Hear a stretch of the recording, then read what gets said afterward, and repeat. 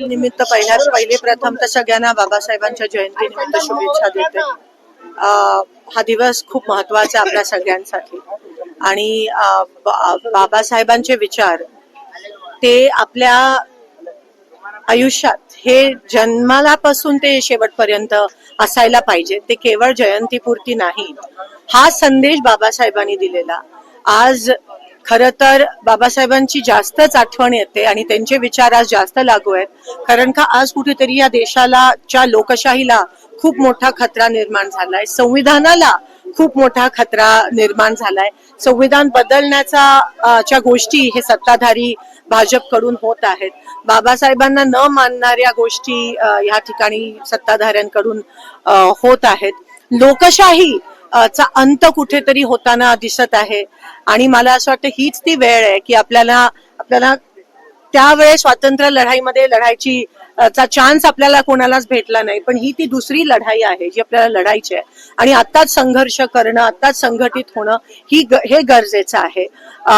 जात पात धर्म सगळं बाजूला ठेवून ह्या लोकशाही टिकवण्यासाठी, संविधान टिकवण्यासाठी मला असं वाटतं आता काळाची गरज आहे आणि तीच खरी श्रद्धांजली आहे. तेच खरं जयंती साजरं करणं मला असं वाटतं होईल.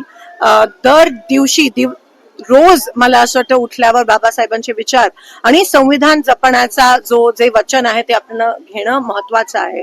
उद्याच 3 दिवसाचं संसदीय सत्र आहे महिला आरक्षणावर. पण महिला आरक्षण हे 23 मध्येच काँग्रेस पक्षाने सपोर्ट देऊन पारित केलेलं. त्याच्या आधी 73 आणि 74व्या अमेंडमेंट नुसार आपण पंचायत आणि महानगरपालिका आणि नगरपालिकामध्ये महिला आरक्षण 50% आणलं आणि 2023 मध्ये जेव्हा या लोकांनी अमेंडमेंट आणली की 50% महिला आरक्षण हे पार्लमेंटमध्ये आणि विधानसभेत झालं पाहिजे.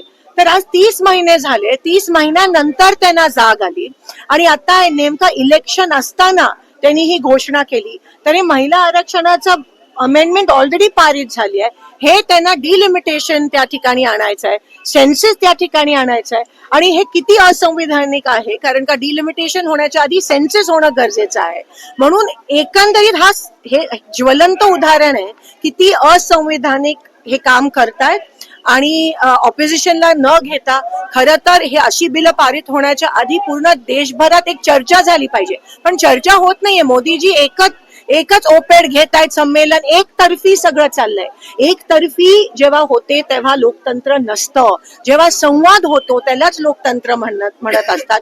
संवादात जी ताकद आहे जी आपल्याला बाबासाहेबांनी संविधानाच्या माध्यमातून दिली की लोकांमध्ये चर्चा, लोकांमध्ये संवाद झाला पाहिजे, ते पूर्ण नष्ट करून, ती प्रथा परंपरा नष्ट करून अलीकडे आपल्याला दिसते की मोदीजी फक्त एकतर्फी चाललंय आणि हेच लोकशाही समाप्तीचा कुठेतरी संकेत आहेत का काय. पण जोपर्यंत बाबासाहेबांचे विचार आहेत, जोपर्यंत आम्ही सगळे आहोत, जोपर्यंत काँग्रेस पक्ष आहे, बाबासाहेबांवर विचार करणारे लोक आहेत, तोपर्यंत आपण हे होऊ देणार नाही. अगदी चौथा स्तंभ जो आहे त्यांच्या समोर पण मोदीजी मागच्या 15 वर्षात आले नाही आहेत आणि तेच मनमोहन सिंगजी अनेकदा आले होते.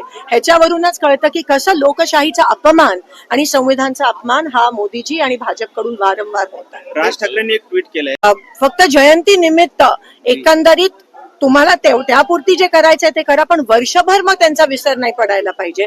वर्षभर त्यांचे विचार कसे अंमलात आणायला पाहिजेत आणि आता खरं तर या देशाला वाचवण्याचं, संविधान वाचवण्याचं, ज्यांनी जातपात धर्म नष्ट करण्याचं त्या ठिकाणी वचन घेतलं, आज तीच लोक जर ह्या चौकटीत अडकून सत्ताधाऱ्यांना मदत करत असतील तर आपल्याला त्या ठिकाणी आत्मपरीक्षण करण्याची गरज आहे. ताई, सामाजिक कार्यकर्ते अंजली दमानिया यांनी नाशिकचे आयजी जे आहेत दत्ता कराळे यांचा व्हिडिओ ट्विट केलेला आहे जो की खरात बाबा सोबत आहे. नाही, आता मला तर वाटतं की खरातांचा कुठेतरी काहीतरी एन्काउंटर करतील, कारण का खूप नावं येणार आहेत ज्याच्याशी ते जुडले आहेत. आणि आता जे सत्ताधारी आहेत, मिनिस्टर्स आहेत, त्यांना घेऊन पण ही नावं येणार आहेत. एकीकडे आपण महिला आरक्षणाचा विषय आणि तिथे महिलांचं शोषण होत असेल तर मग खरंच काय तुम्ही कोणत्या पद्धतीत आरक्षण वर होतं, पण ते खालपर्यंत जर तुमचे विचारच महिलांच्या विरोधात असतील तर तुम्ही आरक्षण कसं लागू करणार? प्रतिभा चाकणकर, ज्या रुपाली चाकणकर यांच्या बहीण आहेत, त्या असं म्हणतात की आमच्या नावे फेक अकाउंट काढलेलं आहे, आम्हाला त्याची कसली कल्पना नाही, नाही. पुरावे तर मिळालेत आता, तर मला त्याच्याबद्दल काही टिप्पणी नाही. गोंदू अशोक खरातची जमीन अनेक ठिकाणी सोलापूर जिल्ह्यात सुद्धा जवळपास 50 एकराच्या आसपास जमीन मिळते आणि ही नेमकी या जे काही मार्ग जात आहेत महामार्ग तिथेच ही जमीन जाते. म्हणजे कुठेतरी सरकारमधले लोक त्याला 100% ह्यांची मिलीभगत आहे. आणि अजूनही मला असं वाटतं काही त्यांना पुरावे बाहेर येणार आहेत. पण मी तुम्हाला सांगते, त्याआधी त्यांचं काहीतरी हेच लोक करवतील अशी मी शंका व्यक्त करते. थँक्यू.